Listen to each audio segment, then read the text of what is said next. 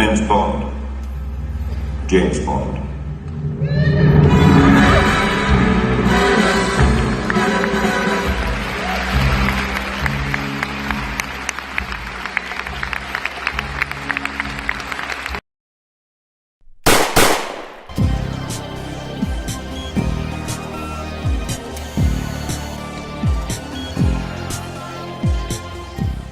Hello, dear listeners, and welcome back to the James Bond Complex, the podcast where we discuss and analyze the James Bond phenomenon in all its shapes and forms, from Fleming to films and everything in between. I'm one of your hosts, Edgar. And I'm Matt. Today is yet another special episode. I feel like for a few weeks now we've been saying, this is a special episode, this is a special episode. We're a special podcast, I guess. Yeah, well, we're getting there. If you can hear the background noise, we are in downtown Toronto. We're recording live from the CBC in a cafe across the street from the CBC. We have a special guest with us today, returning guest, our good friend Jason Kim. Hey guys, I'm glad to be back with you guys. And we are thrilled to have you. So why are we in Toronto? Why are there the three of us? Well, as we've been hinting a lot on our Facebook page, our Twitter account, we attended last night's presentation, not screening, a presentation of Casino Royale in concert from the Sony Center for Performing Arts in downtown Toronto. Now it's Saturday afternoon. We all got through our hangovers. We had a good time last night. Interesting experience, I guess. Some general. Actually, what were the expectations, Jason? Let's start with you. What were you anticipating for this type of a show? My gosh, that's a very good question. I've seen many people attend these films and concerts before for Star Wars, Indiana Jones, and Lord of the Rings as well. I've never been to any of these, but I always wondered, wow, going to these would be really cool. That's the only expectation I had out of it. But in a sense that didn't meet my expectation, or I'd say my expectations were a bit novice, because I didn't fully grasp that how much the orchestra will be really in sync with the movie itself, or the soundtrack of the movie itself. Because I thought the conductor did a phenomenal job pausing the entire orchestra at its dramatic scenes, such as during the pre-title sequence when Bond commits his two first murders. And the music, it's very stop and go in that sequence. I think maybe we'll get to the review soon, but maybe Matt, some not initial thoughts, but rather what your predictions and expectations were. I've seen another event like that. Mind you, it is a bigger venue, but it was not as pleasant as this one was. I saw Star Wars in concert a few years ago, but this was much more exciting. This was an entire picture. Everything was in sync. I was impressed with the skills of all the musicians. I'm completely, as some listener and Edgar knows, I am completely tone deaf. I have no sense of timing musically. I am confirming. I'm sometimes I sing I try to sing a tune of a Bond song, and Edgar looks at me like, I know the song you're singing, I know the lyrics, but you're completely off. You had a good one yesterday. I can't remember. I think you were singing "License to Kill," and I knew what it was, but it just didn't sound like it. Yeah, I'm completely tone deaf. It's amazing, but no, I had high expectation. It met them. In some regards, I have issues that are more technical. Like the concert itself was perfectly fine, but the venue, I'm like, it's an issue I'm noticing with these orchestral performances, and even in the Bell Center, the seats are very small and the leg room is inexistent. And at the Sony Center, they added cup holders, goblet, and it takes away leg room that's already limited. So you're like squirming to, and the seats are not really well padded. So I'm like, why? I don't remember how much money we paid for those tickets, but it was quite a bit of money compared to movie tickets. But yet, for sure, I can go see Venom right now and be in a more comfortable seat than I was in last time. But will it be a better experience? No. Obviously not. But that's an issue. I think they need to eventually think of, because they added the cup holder for a reason, for people to be able to bring their drink and able to consume them without spilling it on the ground. So that's an addition they made, but they create another problem by trying to fix this issue. They need to take all the seats and put less seats and more comfortable seats in the future. That's my recommendation. So for the Sony Performing Center of Arts, if you're listening, heed the advice. Jason, you were going to say something? I think that's more of a Sony Center problem than it is a James Bond problem. or the orchestra problem. It is a completely it's the Sony Center's problem. It didn't. It's definitely a big hotspot here, because I remember we're recording this on Saturday afternoon, and we sort of went our separate ways in the morning. But from where I'm staying this weekend, I sort of walked down towards Lake Ontario and took right. So I walked in front of the center again, and there was like this family event. I don't know what the event was, but it looked like there were more people this afternoon than last night. Of course, really? Parents with their kids, obviously. It was some sort of a family-friendly thing. But so, they go from Friday night, 3-hour-long things to like Saturday afternoon. Let's go. Here's another event. So clearly it's like a massive thing here. I guess as for expectations for myself, I really wasn't quite sure what to expect. It was one of those things where I was hesitating. Do I want the music to sound exactly as it does in the film, or am I okay with, for example, some of the beats sounding a little bit different? I think I was fine with that. I didn't know how it was going to be like, as far as how it was going to sound. I think I was expecting to be swooned by the movie yet again, and almost start forgetting that I'm listening to a live orchestra. Now, did that happen or did it not happen? We'll find out during this conversation. Now that we've seen the film and we've witnessed the event, so we talked about the seating, we talked about the cup holders, we talked about... Oh, we should point out that we took some excellent pictures with some Aston Martin DB11s, a black one and a white one. It was actually Navy.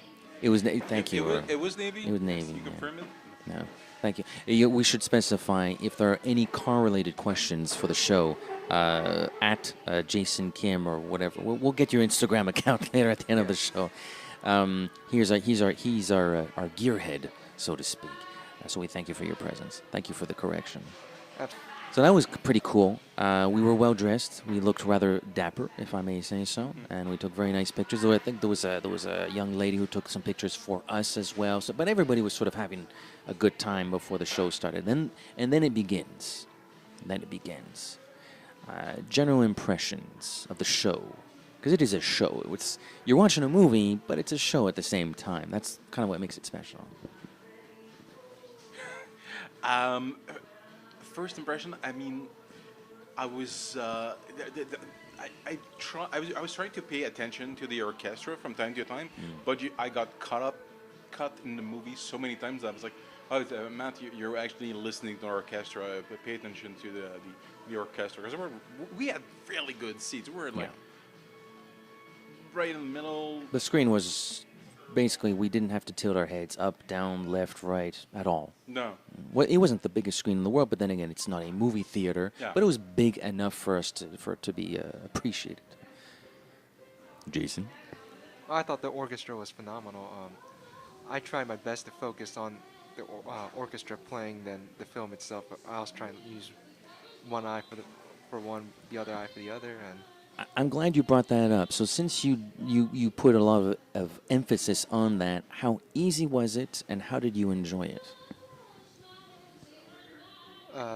For instance, some of the action scenes, I focused primarily on the action scenes themselves, but it was on the key dramatic scenes, because I've seen Casino Royale numerous times. So, using my memory, when it came to those dramatic scenes, such as the shower scene between Bond and Vesper,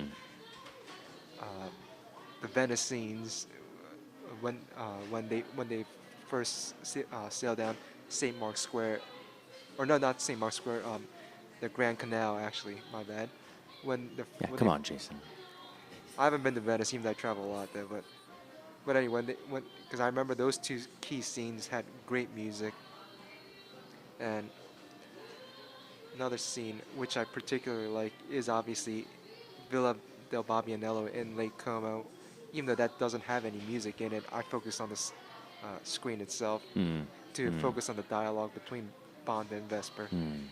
And finally, the climax scene, which I remember when I first watched Casino Royale in theaters, that blew everybody's minds away. And when he utters his iconic line, and it skips right into the iconic James Bond theme song by John Barry to signify that that Daniel Craig has now fully become James Bond. Those in scenes like that, those three examples I just gave are the scenes where I focus primarily on the orchestra instead. Interesting. Okay, and you were saying that you liked the orchestra quite a bit. I did as well. Spoilers. Did you guys? I imagine you guys noticed that some of the sound was a little bit different. It didn't always sound exactly like it does on the score on the album. Did that take you out of the movie, or I guess I should? I don't know. Does it take you out of the movie? Does it take you out of the experience, or so to speak? How did that go? I kind of wish they actually played the movie without any dialogue, just to have the score full on with subtitles. It would have been a more immersive, musically immersive experience. Sometimes I get caught up in the dialogue sometimes, but there are moments that I love going to the theater for the collective experience, and I love when the audience pays attention to the movie. No one is on their phone, putzing around and talking to their little friends. We all paid like almost $100 to get in, so I think the people that showed up were there to pay attention to the A movie. few people check they'll watch a few times, but most people really got into it, and I love that people applaud more or less at the proper moments, like the end of the Madagascar chase. People applauded. I was like, yeah, the entire time I was like, and people. Obviously, people were big Bond fans that were in the theater, so like a couple of little moments in the movie got little good laughs. That Oh yeah, absolutely. A lot of the reactions were very similar to when I first watched this movie 12 years ago. My gosh, when I was a senior in high school then. Crazy how time flies, man. Yes, and my yeah, I like the way Matthew mentioned that there were a lot of Bond fans there, but from the chattery that was going on, not that I minded it. I mean, it was like little chatter here and there during the show. I could tell that there were many people who had never seen this movie before. And I could tell that some of them were aware of James Bond as a franchise, but had never seen Casino Royale until this event. I'm glad you brought that up. I'm glad you both brought up your points about the audience interaction with the film and maybe detecting who in the audience had never seen the film before, because those are actually a couple of things. To further your point, Matthew, it was a hell of a lot of fun because since 2006, we've all just been watching and adoring and falling in love again and again with this film, either alone or just with a couple friends, whatever, on DVD, Blu-ray, whatever, however you watch them. So it was fun for the first time in 12 years to relive the, quote, theatrical experience and get that crowd vibe. How is everybody reacting? Man, people ate up everything that came out of Judi Dench's mouth last night. Yes. They ate up Yes. everything. I think she got the most reaction. All our lines were like zingers. I never noticed how good zingers they were. But that's the thing. There was this one moment. That's why I love going to the movies, but specifically for films maybe I've seen before. There's a moment at the poker table. This is after. This is when Felix helps Bond when he helps Bond buy himself back into the game. So Bond is already trying to figure out Le Chiffre's tell. And there's this moment, not a whole lot of people reacted, but there's this moment as, you can see, the chips are increasing on Bond's side, so you can tell Bond's getting back into the game, and Le Chiffre is maybe feeling the pressure. And Le Chiffre, makes a call and puts his finger to his temple looks at Bond and sort of takes the finger away. And a few people in the audience like chuckled at that because it's like, oh, it's true. I can't do this. She was like, oh shit, I can't do this anymore. I had never picked up on that, but there were some chuckles in the crowd. I'm like, yeah, that's true. He's sort of shooting himself in the foot by keeping on to do that. I thought that was, but so that's one of those pleasures of seeing something in the audience. And as for people seeing it for the first time, you could definitely get that sensation, and especially at the very end when Bond calls Mr. White, who is this? We have to talk, and he gets the shot in the leg. There were some people in front of us. They jumped out of their seat. Like, they did not know that was coming. Oh, really? Yeah. Really? Yeah. It was fun. I liked it. I know Jason was super excited. He was waiting for that moment. It's like, I'm going to film it. I'm going to film it. Like, I was looking, film it. Send me the video after. And did you, Jason? Absolutely. It's a great moment. It's a great track. It's a great track. Well, let's talk about that. Well, you wanted to say something. I still think it's one of the best, if at least the top 5, if not the best ending scene of a James Bond movie from the 24 films so far. A top 5, absolutely. Absolutely. I don't. If anybody dare debate that and offer some counter argument, good luck, buddy, because I'm not buying. A bonus episode, we'll make a list of it. Oh, final scenes? Because there are a lot of good ones. And there's a lot of clunkers, but no, I fully agree. That's a good point, Casino Royale has a great ending, a great track, and it's just perfection. And it has a good track. I wouldn't say it's. I don't even know if I would put that on the top 5 tracks, to be honest with you, of all Bond movies. That theme or that rendition of the theme? Oh, I meant the score of the entire film. Well, that's. I mean, I'm not saying I disliked it. It's just that's why I always. Well, we did just see Casino Royale in concert, so I hope you like the score. I definitely thought it was very well done and very well put together. What I mean is, if I had to make my own, if I had to choose which Bond film to do a film in concert, I would probably put Casino Royale up there because of its popularity amongst both old fans and new fans. Yeah, you're going to sell some tickets. Yeah, but if I had to discount that factor, I would have put many other films ahead of it. I'll name a few. Goldfinger with Shirley Bassey's brassy It's a great score, by the way. Uh, That score has a ton of brass, by the yeah, way. just that brassy, just the flamboyance of that soundtrack would have been excellent. Live and Let Die is another. Spy Who Loved Me, that's my personal bias, but I think it would have been, that's an excellent score as well, too. Bring Out the Bell, that cowbell type of thing. No, not the cowbell. What do they call that? That's not one of my, I'm not thinking of cowbell. I'm thinking of when you just hit 2 wood sticks together. Toc, toc, toc, toc, toc, toc. Did I mention I'm completely musically illiterate? I don't know what that. Don't you know that thing when you hit 2? Forget it. I would not have guessed Spy Who Loved Me. It's a good score. I like listening to that score. I don't know. For whatever reason, that would not come to mind. Like, apart from Casino Royale, what do you want to see in concert? I don't think I would think of Spy Who Loved Me immediately. Goldfinger, absolutely. So iconic, memorable song. And the song, the theme of the song, the instrumental version plays throughout the movie, so it's very recognizable. What else would I go for?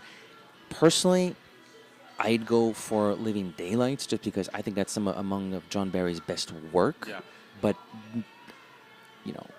downtown Toronto, Friday night, you want to see the Bond movie made by that guy that most people don't like. It probably wouldn't work, but as far as the music goes, yeah, I'd buy tickets for that immediately.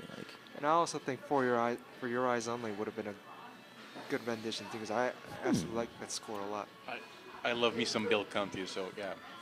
Bill Conti and what's her name? Sheena Easton. Yeah. Sheena Easton. She's still around. She was young. She can't be dead. She's around. She's around.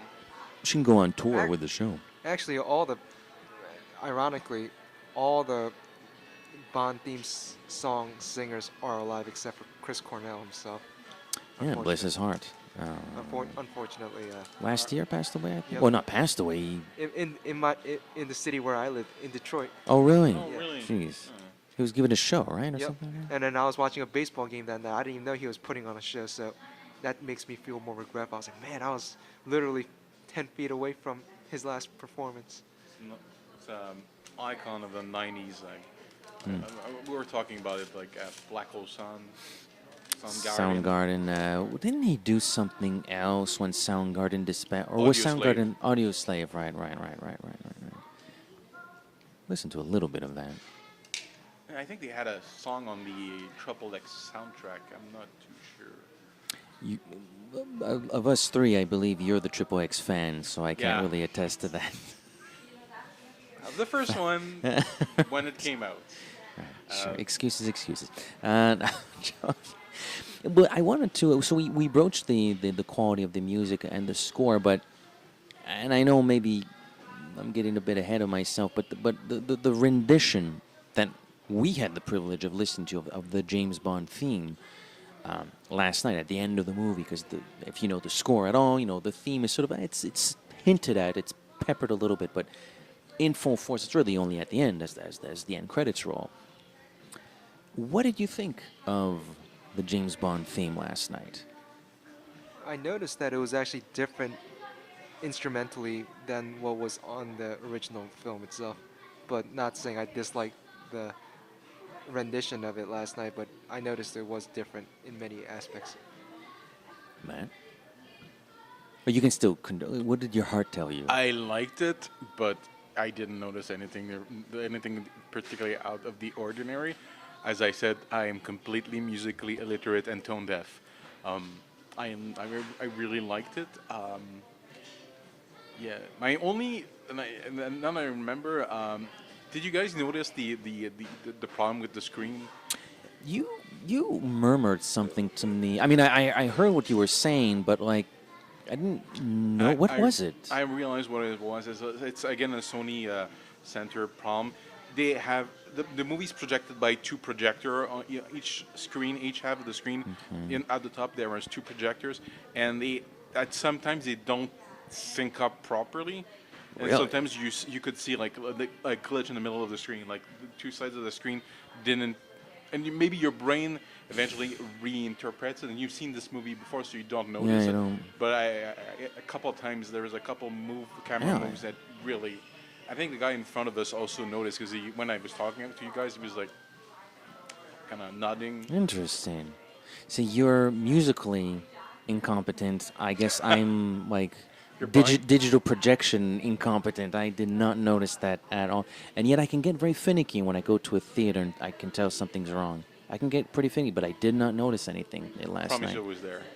Well, I believe you. I'm saying I'm admitting I didn't see it. Yeah, I never saw it either, to be honest with you. Like, I tried to, after Matthew pointed it out, but I just never did. And back to the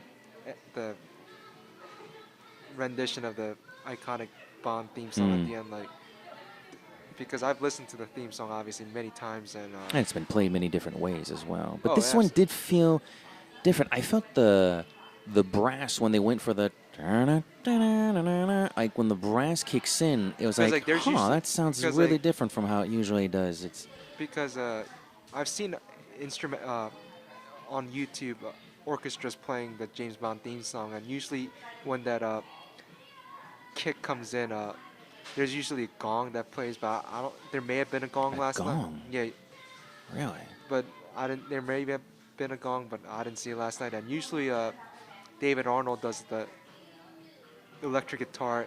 mm-hmm. And, Yeah.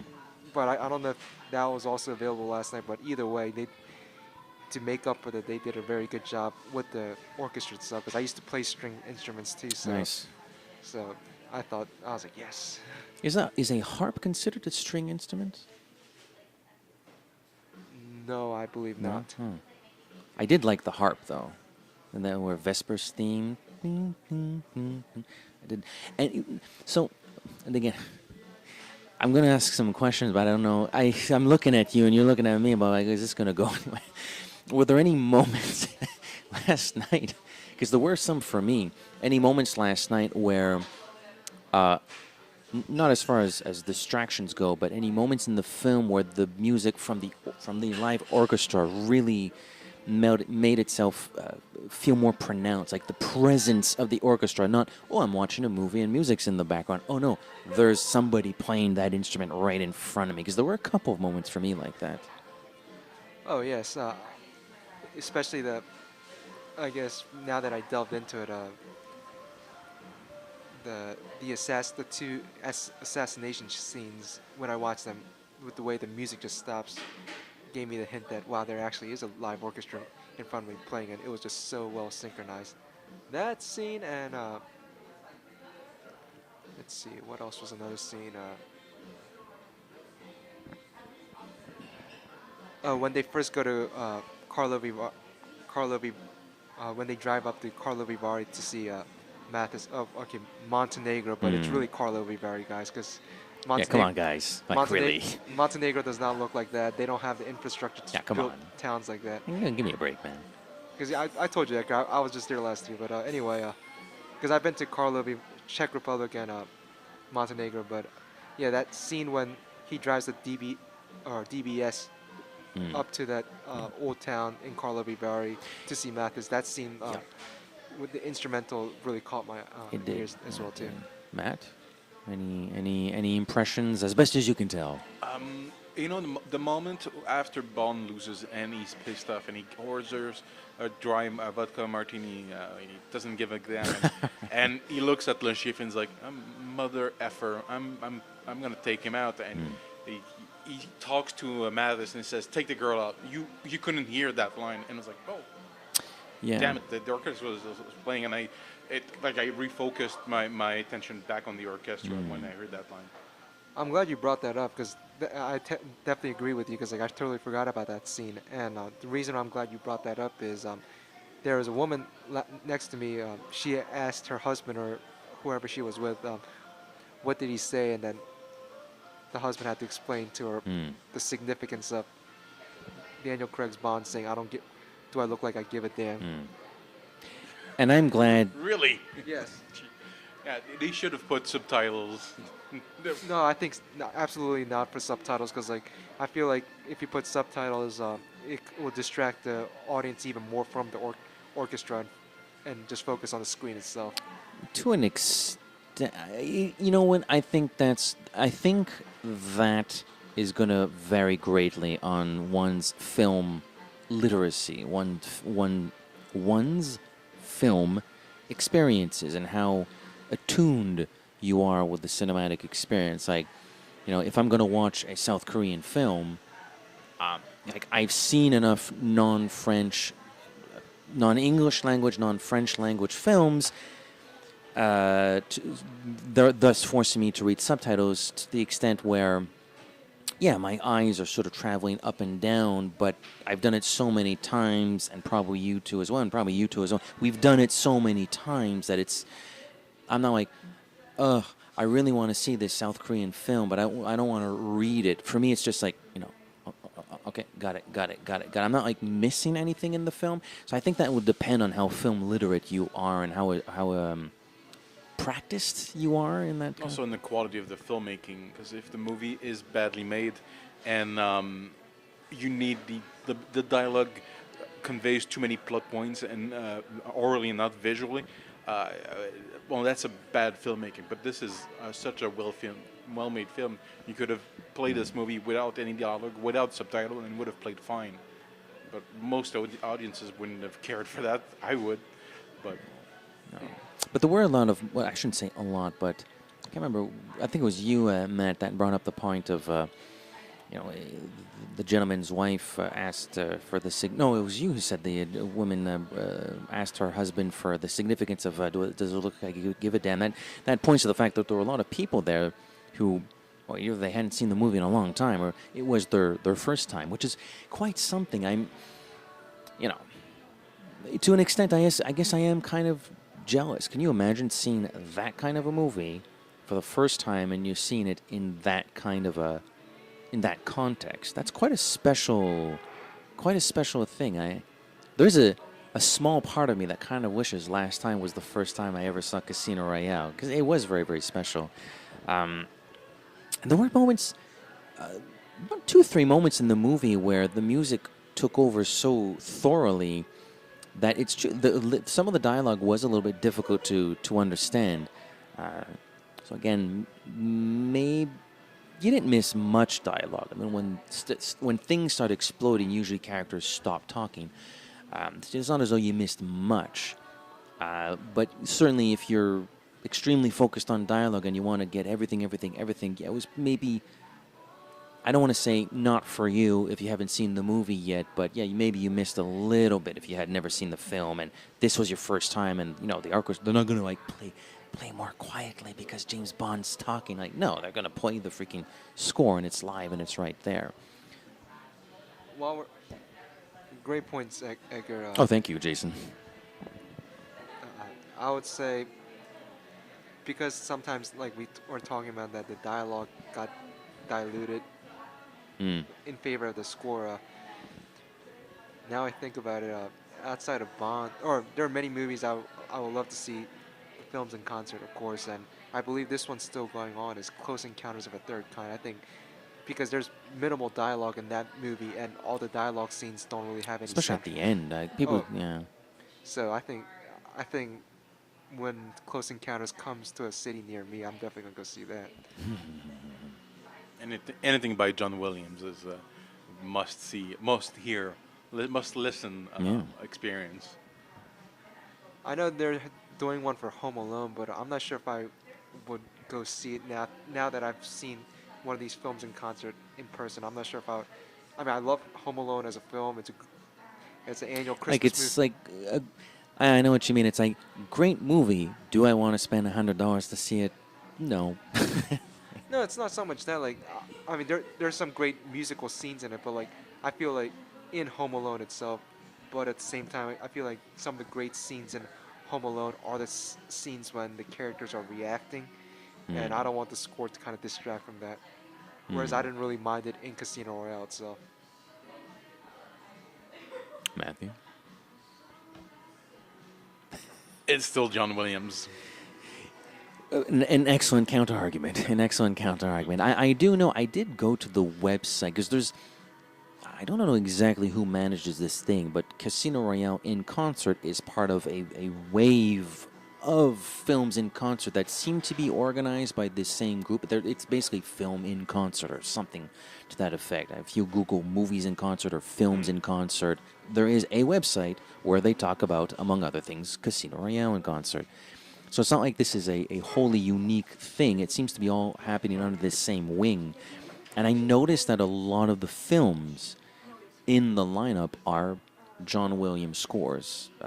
Jurassic Park, which is coming to Montreal in March of 2019. I believe there was Jaws, there was E.T., there was Raiders of the Lost Ark. Of course, it's hard to go wrong with John Williams. So, if you're gonna, I have to assume that when they made this collective up, the first things that came to their mind were John Williams scores. I wish they did a few of the Tim Burton's Batman movie, because those scores, Batman Returns, I know it was one of your favorites. Absolutely, just that bird in Catwoman's mouth. I just love that. I was actually just thinking of that when you guys were just before you said that, Matthews. I was like, man, the Tim Burton Batmans would have been excellent too, because there weren't that many scenes. Maybe I need to rewatch the movie, but there were many scenes of dialogue where the music kind of like takes precedent. I guess the only scene would be when Joker kills that boss. What's his boss's name? Bob. No, Carl Grissom. Carl Grissom at the office when he's like, "Oh, you can call me Joker." Maybe that scene, those dialogue would have been kind of like muted a little bit. But besides that, I think orchestra could resonate with that film for sure. Would they play orchestral versions of the Prince songs? Because there are a lot of them in that movie. I don't know. I wish Prince was alive now. A beautiful orchestral version of Party Man. I'd buy $100 just for that. Just play me Party Man, with strings and brass and keys. Go ahead, Matt. Oh no.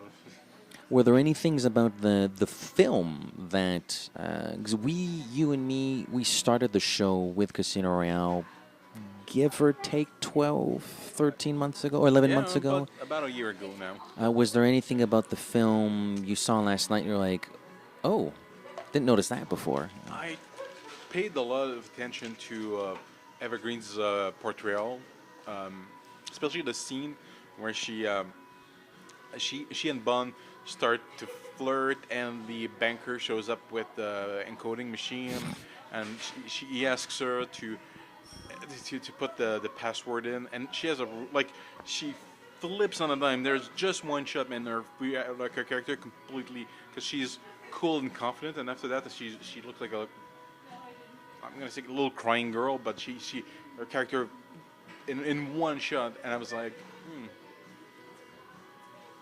that's like, I don't know. I never paid attention to it. I'm like, I was really looking at her portrayal, and I'm like, and it is an enigma. Like when you rewatch it, even after, like, what is she doing as an actress, as a character? And even Bond at one point he confides in her. Everyone has a tale except you. Yeah, big. Yeah, I know what you mean. It's for the number of. It's such a good performance. It's not the type of performance where if you've seen the movie before, so now that you know that she's actually a double agent, and you can see those hints of, oh, she's a double agent.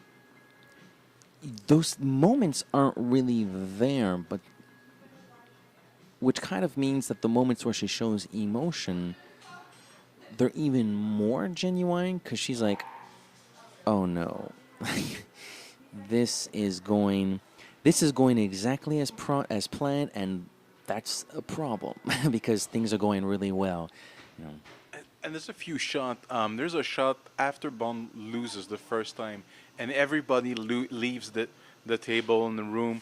Bond stays at his seat, and Vesper and Mattis stay in the background. I mean, I could use that on a poster. It's a great shot. It's a great shot. Great shot. Like, I was really looking at the. I've seen this movie so many times. Even with the orchestra playing, I was still finding more stuff to just like bait myself with. It's just great looking movie. Nice. Jason, anything you noticed in last night's presentation that maybe had struck you with more emphasis than before, or differently, or things you had never noticed in the film before? Think about it. I guess... No, go ahead, mate. Does this have to include the orchestra or just the film itself? It can be either or. The score or the film, or both at the same time. Because I guess I always forget this whenever I watch this film. This is something I caught much later. I mean, I've seen Casino Royale numerous times, too. A billion times? No, not that much. But over a dozen times. And I remember me and my sister caught this much later when we watched it, because we watched it together when it first came out, like back then. But mind you, she's younger, and she enjoyed the movie too. But Nice. The one thing I always forget is in this movie is how the Victoria's Secret angel Alessandra Ambrosio is in this movie, and she's one of the tennis girls that winks at Bond when he's in Bahamas. Because I still remember when I first watched the movie, and like, and the numerous times I watch it, like I always say, man, who's that gorgeous looking woman there? And then Well, there are two of them. Which one is it? she's the one on the right, the Brazilian, girl with The long, brunette there? the brunette. Nice. Yeah, And then I was like, holy crap, that is Alessandra Ambrosio. And I had to Google that, and my sister confirmed it, because like she knows more about that stuff than I did, because she lived in New York. And when I talk with because like I said, like you guys mentioned before, I have a lot of friends around the world based on my travels, and You have people everywhere. and when I was talking to one of my Brazilian friends about it, and I was like, hey, did you know that Alessandra Ambrosio is in Casino Royale? They're like, and they knew well off the top of their head, whereas like it took me numerous viewings to figure that out, and then when I watched it, I was like, oh yeah, she is in this movie. I guess that's why. There's another little cameo at the Miami airport. The guy who's getting checked on for a medal is Richard what's his face? Richard Branson. Yep. Yeah, the guy who founded Virgin, I think, or Virgin the owner. That's an excellent airline, by the way. That's one of my favorite airlines to ever fly. If you're fly Virgin Airlines, comfortable, affordable. Is it international? Yes, it is. International? Absolutely. I mean, I would think because so. that's the best way to get to England, in my opinion. And they are the prettiest stewardesses. That's my bias, but Fair enough. You're allowed to be biased about a few things. I guess. Oh, yeah, Matt. What up, Matt? There's something else, a little less positive. There's a shot in the movie where when Le Chiffre and the little couple are playing poker on his yacht, and what's her name, Valenka, gets inside the yacht. There's a shot when she opens the sliding door, and it looks like green screen. It's such a badly composited shot. I didn't notice that. Ugh, I've noticed it before, but I hadn't seen this movie on the big screen since its initial distribution back in '06, and I saw that. I'm like, wow, somebody didn't do their job correctly. There's another. It's tough though. Those back projections can be a little bit It's tricky not back sometimes. projection. That's a green screen. Green screen. But there's an effect shot. One of my teachers I studied CGI animation back in the day, and when he showed me the section where the house of Paris, the house in Italy falls down, and it's all 3D. It's 3D projection. It's kind of like a moving matte painting. Okay. It is something else because And yet they couldn't get the background of the shot when Valenka goes into the pot. And yeah, that's the thing. They have great effects and badly composited green screen. It's just crazy. But yeah. oh, another thing while we were on the Richard Branson topic is that Skyfleet airplane that Le It's Chiffre unveiled at that's Miami. that's being unveiled. Me being an engineer, I just realized this is it's a 747 with 6 engines, or no, 4 those engines. are massive engines, though. I mean, It was 2 engines combined, 2 engines on each side, and that's a huge plane. I mean, it's not. I mean, it's a huge plane, but it's just a 747 is what it is. Because I've flown on those when I go to Korean Airlines, or long international routes is. But I realized, just me being the engineer that I am, in reality, that plane would never be able to lift off from ground, because having 2 engines like that does not give it enough stability to take off, and it doesn't have. And this is 2006, so the lightweight materials that we have today weren't available then. So, in a sense, I was like, man, you know what? Maybe Le Chiffre didn't have to do the terrorist attack. Like that airline would have or Skyfleet would have failed anyway, because it's not like that plane would have taken off ground anyway. Well, I think that's the engineer in you speaking. I don't think Tom, Dick, and Jane watching the movie. I'm Tom and he's Dick. We're like, oh, big plane. Matt. Skyfleet, Sky Falls. Brilliant. A brilliant coup. Actually, while we're still on this engineering topic, another film. Oh, you're on the engineering talk. I'm just listening. But another film where I noticed the same exact problem. What about? I mean, mind you, even as an engineer, I'm usually able to forgive or let go of a lot of Don't those say things. like Fast and the Furious when they fight in the plane. No. Like in Raiders of the Lost Ark, that V-shaped bomber, whatever plane that is, that they were trying to load the Ark of the Covenant in, but it gets blown up as Indy's fighting that bald henchman. As Marianne is stuck in the pilot. That plane also would have never flown off ground either. So and I see a lot of similarities between Raiders of the Lost Ark and Casino Royale. Not in the sense that they're both first of their series, in a sense, and many critics.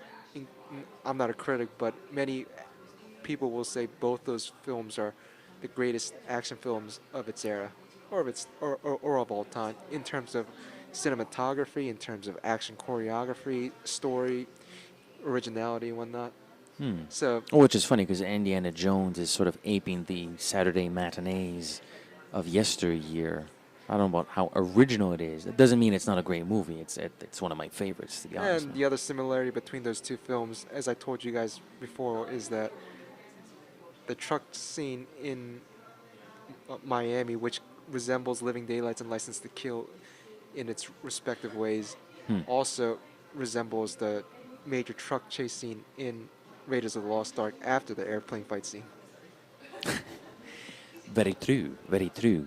I mean, there are a lot of... we talked about that a little bit over supper last night, the similarities between Indy and James Bond. I mean, let alone actors from one movie appearing in the other one, or maybe even an actor who plays James Bond appearing in one of the Indiana Jones films.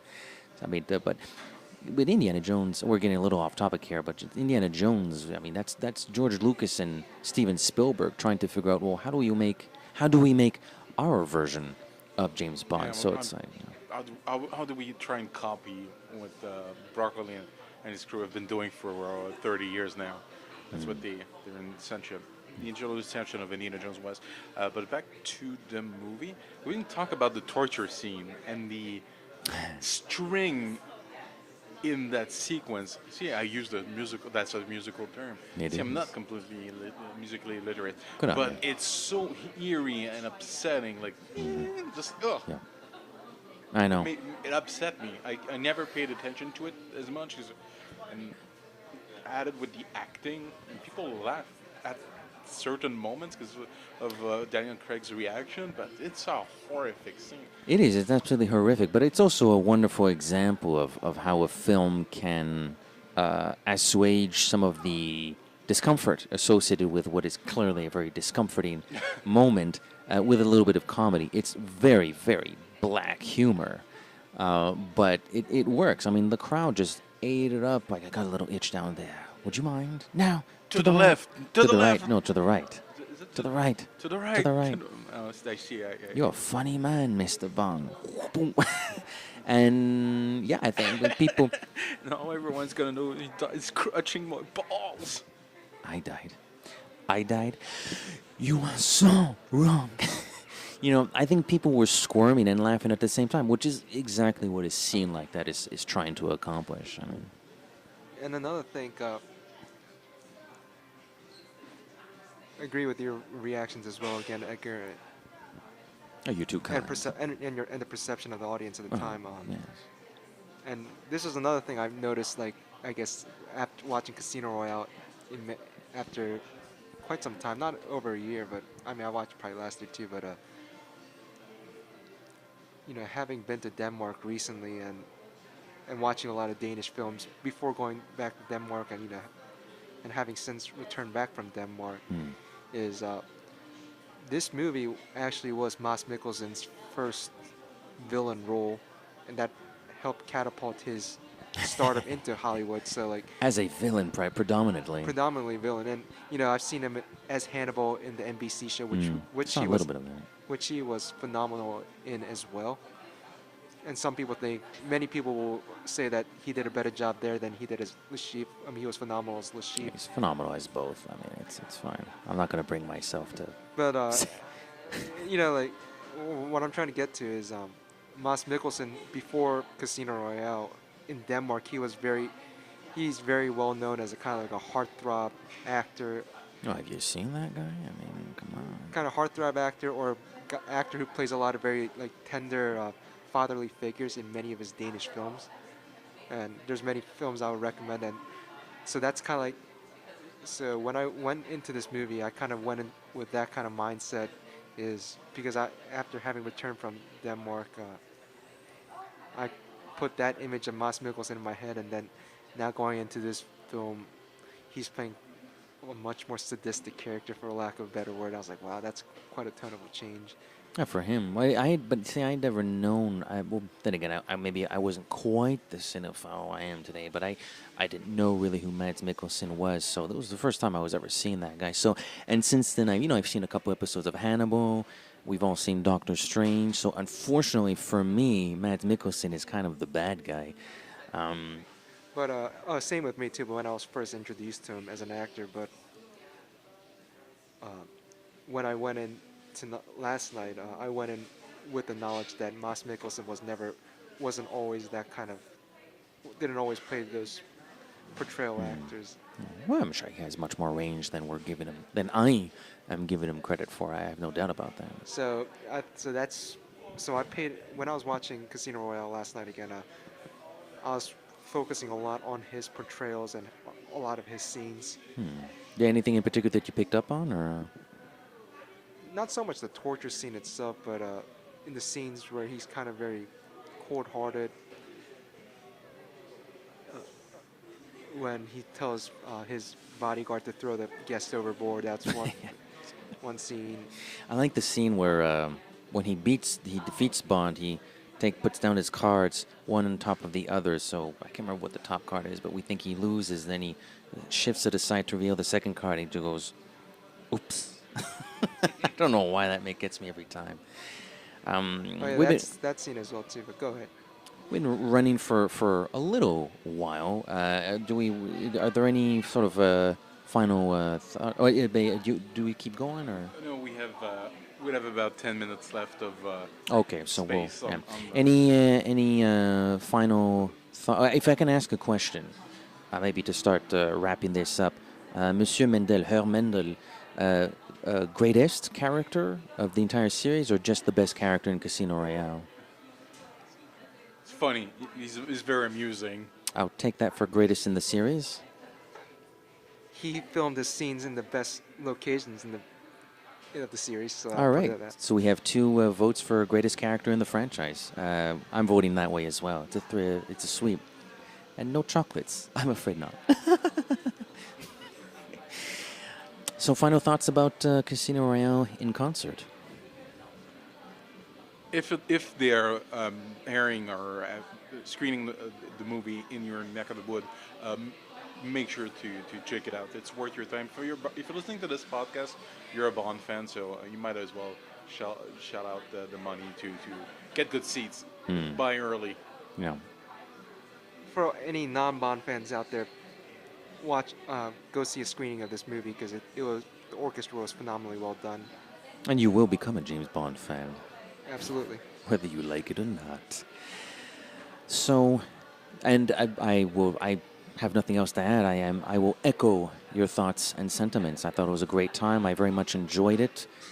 A different experience. It was a fresh way to see a movie we had all seen a great number of times, which is always a fun thing to experience. So, Jason, we want to thank you very much for returning to the show on this special Casino Royale in concert review episode. For the listeners who might need some traveling tips and ideas of where to go, where can they follow you online? Instagram at JASXON88. Oh, that's not complicated at all. You have a Facebook page, too. No, just my personal account, but you guys could always link my Instagram to your James Bond Complex Instagram as well, too. Nice. Jason, as we discussed in our previous episodes that included Jason, world traveler. If you need to know what does Italy look like, what does Denmark look like, what is the Netherlands look, what does Argentina look like, what does Antarctica look like, what is Antarctica? Are you thinking of going to Antarctica? Check out Jason Kim's Instagram account. And as for the show, the James Bond Complex, well, we also have people everywhere. We have the www.thejamesbondcomplex.com. We have a Facebook page. Please search for us, the James Bond Complex. We have a Twitter account at the Bond Complex. We also have an Instagram account, although maybe not as good as Jason's. We're getting there. Search for us at the James Bond Complex. We have a YouTube page. Search for the James Bond Complex. Subscribe and click the cute little thumbs up logo. Try to avoid clicking the thumbs down logo, please. You can download us and listen to us on Google Play, if you can Google that. And if you're comfortable with iTunes, search for us, subscribe, review, and give us a 5-star Golden Gun review. Always appreciated. We are on Twitter individually. I'm at @00pop. That's the word _OH_pop. I'm at Metal Claire's with 2 T's. And just as actually, what is the next episode? Halloween. It's our Halloween special. Okay. This is which I think I said on the train episode. Whatever. yeah, this is. Oh no, the next episode is the train episode. You're right. You're right. Next episode is our episode that we recorded on the train. This is coming out this Wednesday, so there's very little editing on this episode. So you'll. Are you keeping this in? Oh yeah, I'm keeping this. I'm not editing at all. All right. Everything's in. Do it Bond debriefing style. Yeah. So just as James Bond is always wont to return, so too will the James Bond Complex return with our review of the train scenes of Bond. Thank you very much. Merci beaucoup. À la prochaine. Au revoir. Au revoir.